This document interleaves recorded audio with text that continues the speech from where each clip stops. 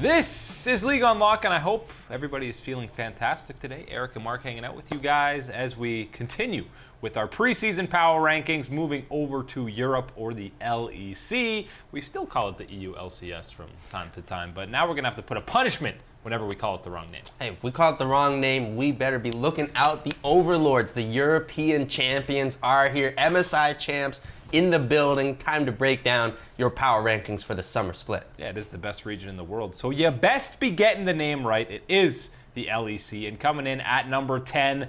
Up until a couple of days ago, I don't know if you could have put this team here, but how they decided to go with their roster, I feel like it wasn't optimal. We're talking about XL. Yes, they brought in Mickey. They didn't want to give any of this young European talent a chance. You've heard Otawamne talk about, well, maybe the buyouts were too expensive. Then pay the buyout price. Don't bring Mickey. Don't use an import slot on him. He has been a pretty big question mark on his last couple teams. There are times in organizations that can get away with making a choice, not paying too much money, things like that on a player, and it's okay. XL has not earned that right yet so far, and making this decision here to pick up Mickey, again, this is not meant to really disparage him as a person or player, but it's more about, hey, you have a lot of talent still in Europe. We've seen it a lot of times here. We've seen North America come right through and poach that talent through. We've seen teams in Europe then have to replace that talent with European talent and find success here. And the story is, again, if the buyouts are expensive, if that's the reason why you can't pick up a young European mid laner here, try to invest in potential, invest in your own region's talent, well, hey, you gotta find that money here, and you shouldn't be in this position here as a supporter in the LEC if you're not willing to spend that type of cash here on something like that. Because, hey, this pickup for Mickey, what we've seen the last 2 to 3 years, this is absolutely going to be more or less a last place pickup, because this isn't gonna help whatsoever. And I just liked what Special was putting up towards the end of the split. I would have been happy seeing him there as well. That's when XL was picking up more of their wins in the second half of the split. But I will say, at least in their defense, Mickey did look a lot better on APK Prince in the Challenger Series. In Korea, obviously, they didn't qualify for the summer split, but he was a lot better there than he was on the Guardians. Hjarnan and Kasing reunited. That's going to be an upgrade in the bottom lane, and I feel bad because Expect has played better than a 10th place team, but I can't see them not finishing near the bottom. That's really the hard part here, is you thought that they were starting to put together a better result, better overall performance here towards the end of the split in their first time here, and then they make these type of decisions in the mid lane, and you don't really feel as strongly as you did about them before. But excited for Hjarnan and Kasing to be back together. But it's a while since they were together on that H2K squad. Let's go on to number 9, which is the 10th place team from the spring split. And Rogue decided, you know what? Our academy team is pretty damn good, so let's just bring them all up. They're all pretty much going to be starting. It still sounds like Woolite and Hikyu will be contesting for that starting AD position. All the mispositioning mistakes aside, you gotta start Woolite over Hikyu. You gotta be putting him in here, and this is what, as you were talking about, the idea for Rogue was, hey, things did not go well with what was more or less a mishmash type of lineup of some veterans here in the scene, and did not go well for Rogue, and they've said, hey, you know what actually did go well?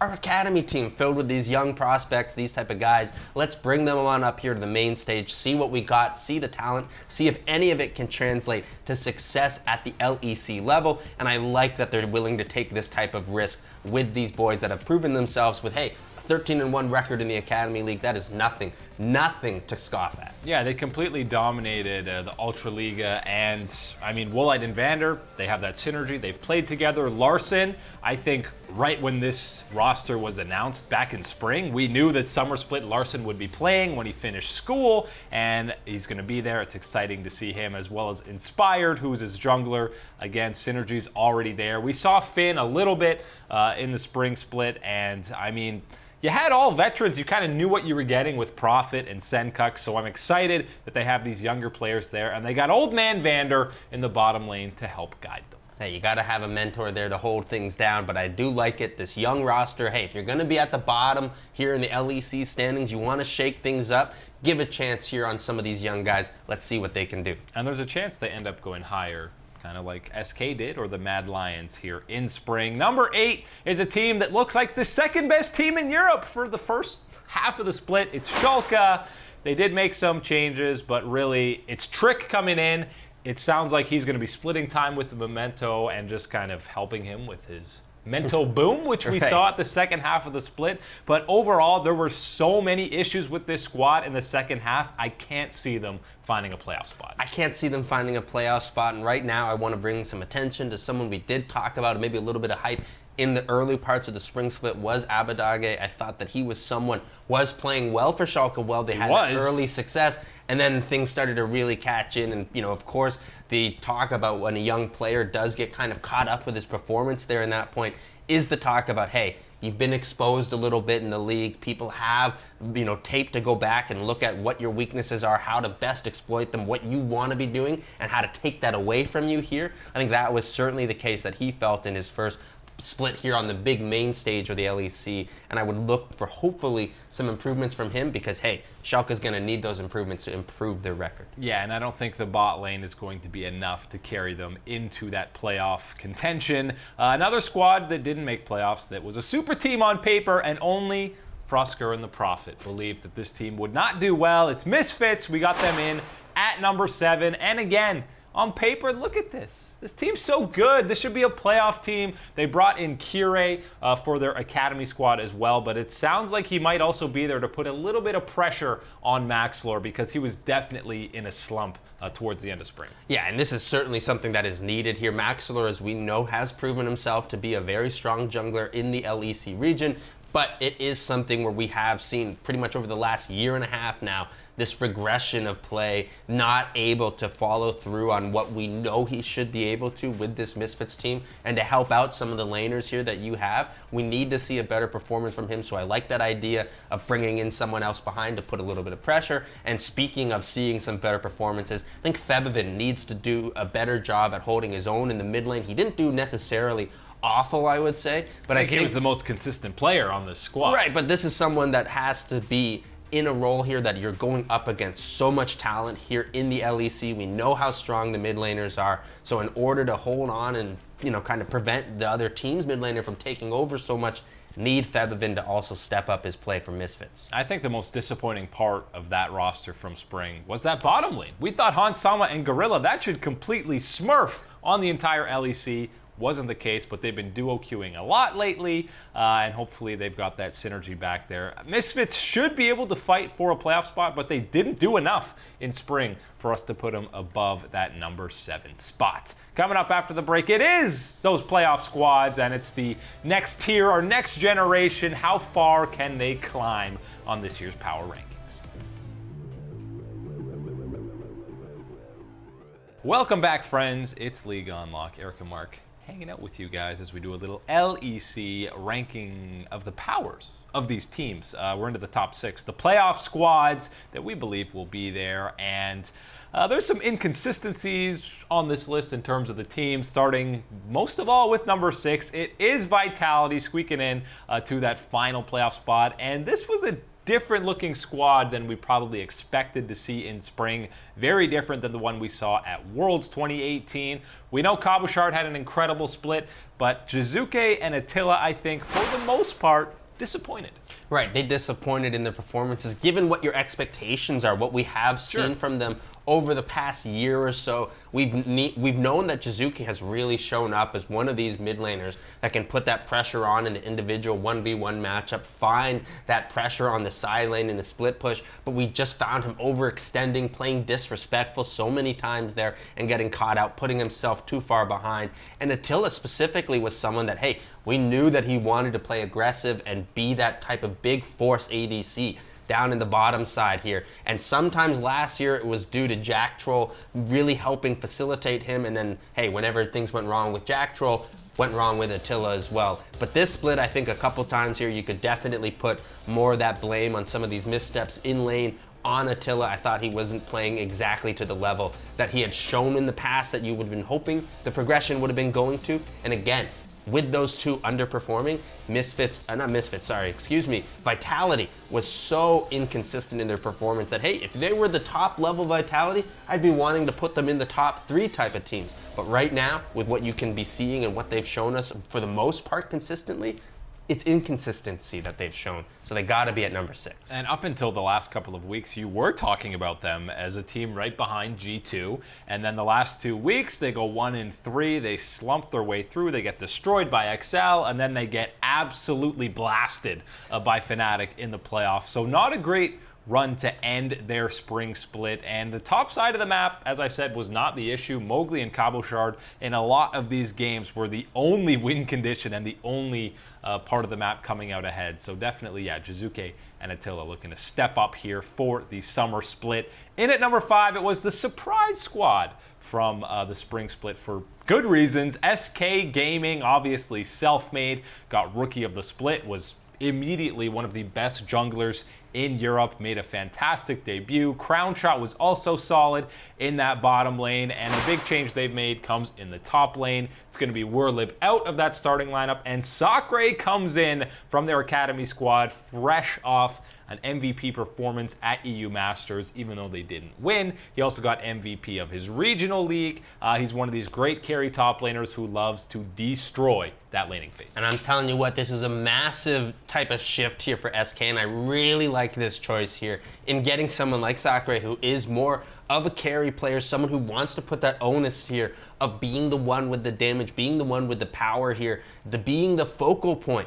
He wants it there, and I think that this is a great choice here, especially, of course, with Self-Made and his ability in the jungle, as we know, because, hey, you got Pyrion in the mid lane. Pyrion's not looking to be your big ultimate carry superstar here. He's looking to facilitate the team, try to help out as much as he can, and allow these players, someone like a Sakre, to really take over the game here. I think that this, hey, you got to watch expectations given that you are making the step up from the Masters scene here, but hey, this is the type of move that I want to be seeing from SK, and I think can pay off big time for them given the way that their team is set up. Hey, it worked for the Mad Lions going right into the LEC. And yeah, it really just gives another lane for Self-Made to play through, because Werlib was definitely, you didn't really feel his presence in a lot of these games. I think he was near the bottom half of top laners in the spring split, and I mean, it was really just Crown Shot that Self-Made could play through to get him ahead and get those carry performances, which you did get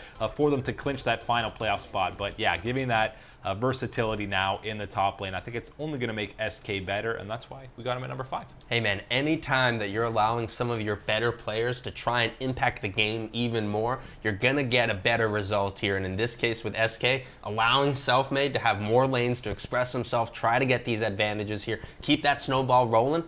I like what I'm seeing from SK early on. And there shouldn't be a sophomore slump for Self-Made, because technically it's still his rookie year. You get the whole year. You don't have to wait till year 2 for that sophomore slump to kick in. And yeah, Pyrion just needs to stay as a rock in the mid lane for SK, because they turned it on at the right time to close out spring. And we move on to number 4, to the team that took down SK in their playoff run. It is Splice, and that was a close, hard-fought 5-game series. We'll forget about the Rek'Sai Infinity Edge build that Self-Made did do. But Splice at times, listen, they looked really solid. They had some decent games against Fnatic. Maybe should have gotten that to go to 5 games in that playoff set. But people love to make fun of Splice. You know, they're boring. They just play late game. They're not super aggressive. But hey, man, it works.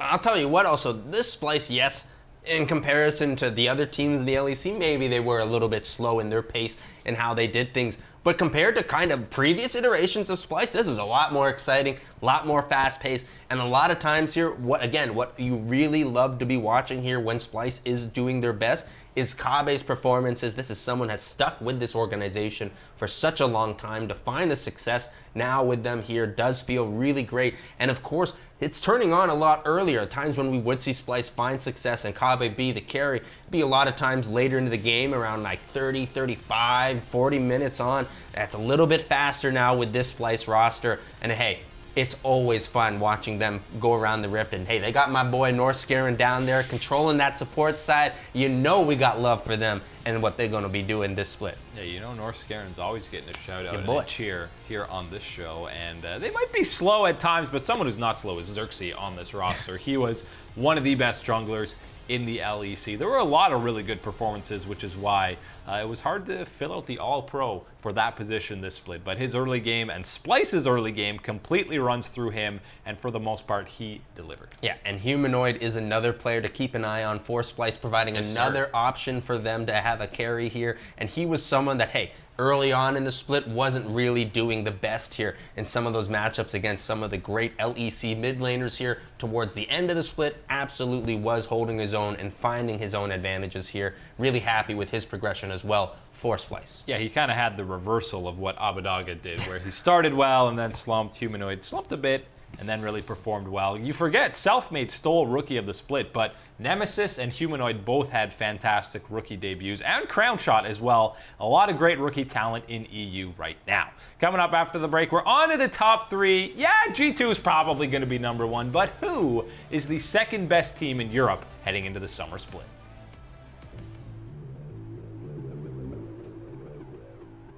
It's the top 3. Welcome back to League Unlocked, going through some power rankings. Eric and Mark here with you guys in the LEC, and it is the top 3. We know number 1's going to be, I'm not going to pretend that there's a spoiler there, but who comes in at 3 or 2? Because Fnatic and Origin both had pretty good seasons overall. Obviously, Fnatic had that horrible start, but they bounced back, and Origin were that consistent machine near the top of the standings, but coming in that 3rd spot, even though they beat Fnatic in the playoff run. It is Origin. I just feel like the potential and talent still goes the way of Fnatic, and I feel like they just had an off day in that series against OG.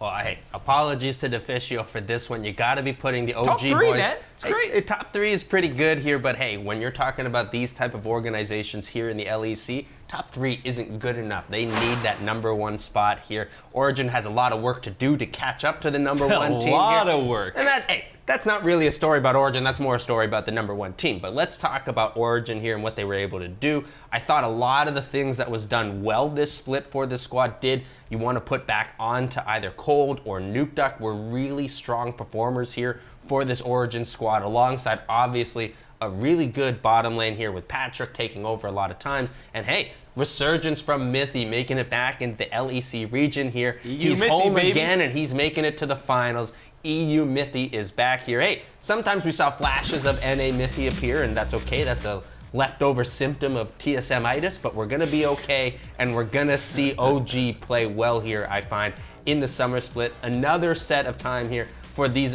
mostly veterans here on this roster other than Patrick, to get more time together, more time to work together on the cohesion, chemistry here. I like what we're going to be seeing from Origin so far, and I hope that we see more of it here in the summer.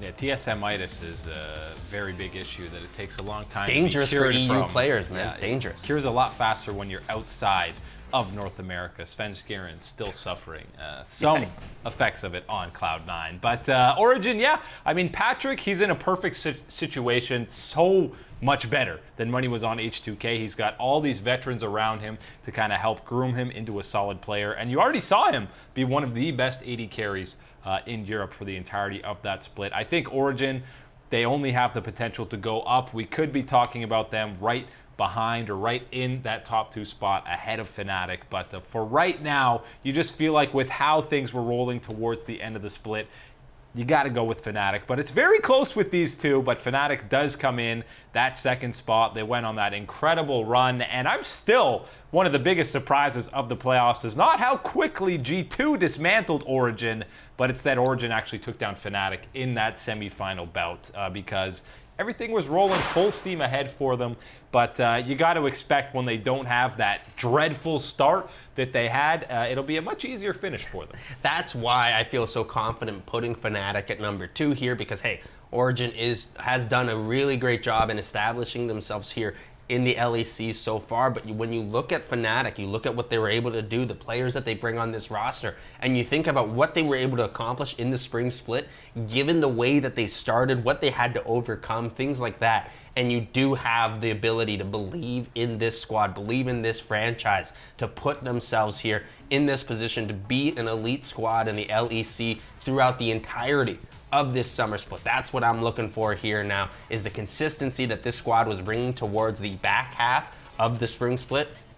all the way throughout the summer split here. It's time for this roster to really start putting their stamp on the LEC, try to establish themselves as the kings as opposed to the #1 dogs in G2. And I think what they kind of noticed towards that start of that win streak, they went 8 in a row in the regular season, is, you know what? We can actually put more resources into Nemesis, maybe actually let him play the game. Brox will give him some attention, give him some champions where he can actually pop off on, because you saw he's got the mechanics, the talent, the skill set that he can do that. No, he's not quite Caps, because nobody in the world is Caps right now. But, I mean, Nemesis still has that potential.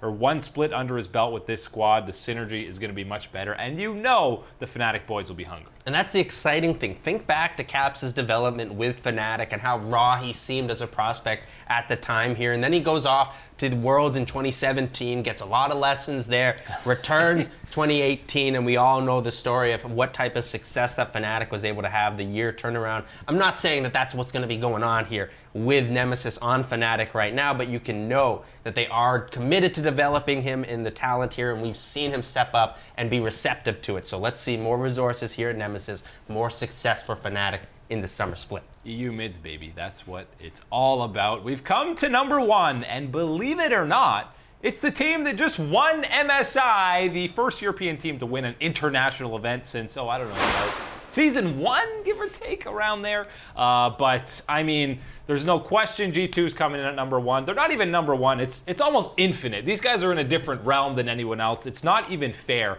Fnatic really should have been #1 in that tier, and then you have G2 in this entire other category. They've only played together half a split with this roster, and you're already for sure talking about one of the greatest Western teams of all time. Yeah, we're not even talking about here when you're looking at these stats here. These are the stats from the LEC. These are their MSI stats here coming through. And the reason why we're showing these MSI stats, hey, these guys went to MSI and look what they were doing up against the other champions from their respective regions, the best of the best, and these guys stood atop of everyone else at the end of it. Their performance was spectacular, the way that they go about it. How do you pick and ban against a G2 squad here that says, hey, we can roll with Pyke up in the top lane, we can trust our solo laner Wonder to do a great job there. Let's just throw perks on something like Syndra down in the bottom lane. We'll see how the other ADC handles that.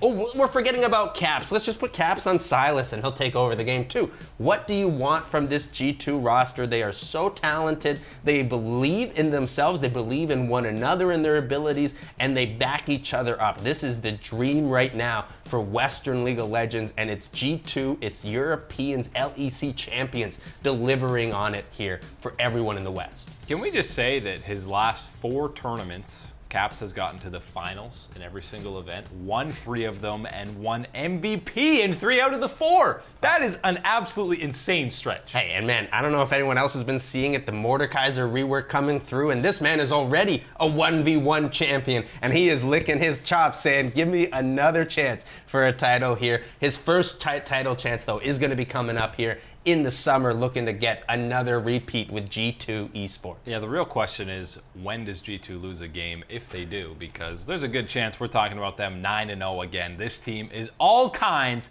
of dominant, but that's it for LEC Power Rankings. Eric and Mark here with you guys. Thank you guys so much for watching, and we'll see you next time.